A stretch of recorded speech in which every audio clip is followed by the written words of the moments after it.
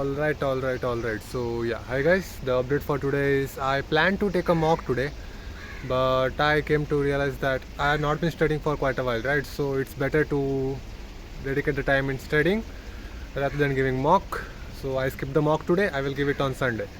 So the update is I completed the average speed concept videos and solved 20 to 25 questions of it. And yeah, next might be the circular ones or the race ones. I will let you guys know, but the average speed from time, speed and distance is done.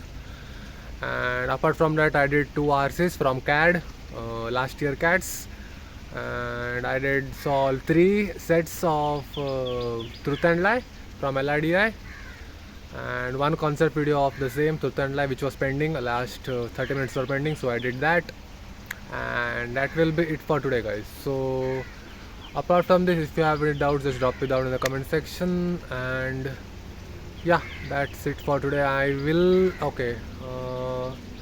in quants I don't think I will complete all the syllabus. I will just do the basics of everything and go in depth in only a particular topics which are frequently asked in quants in the CAT exam.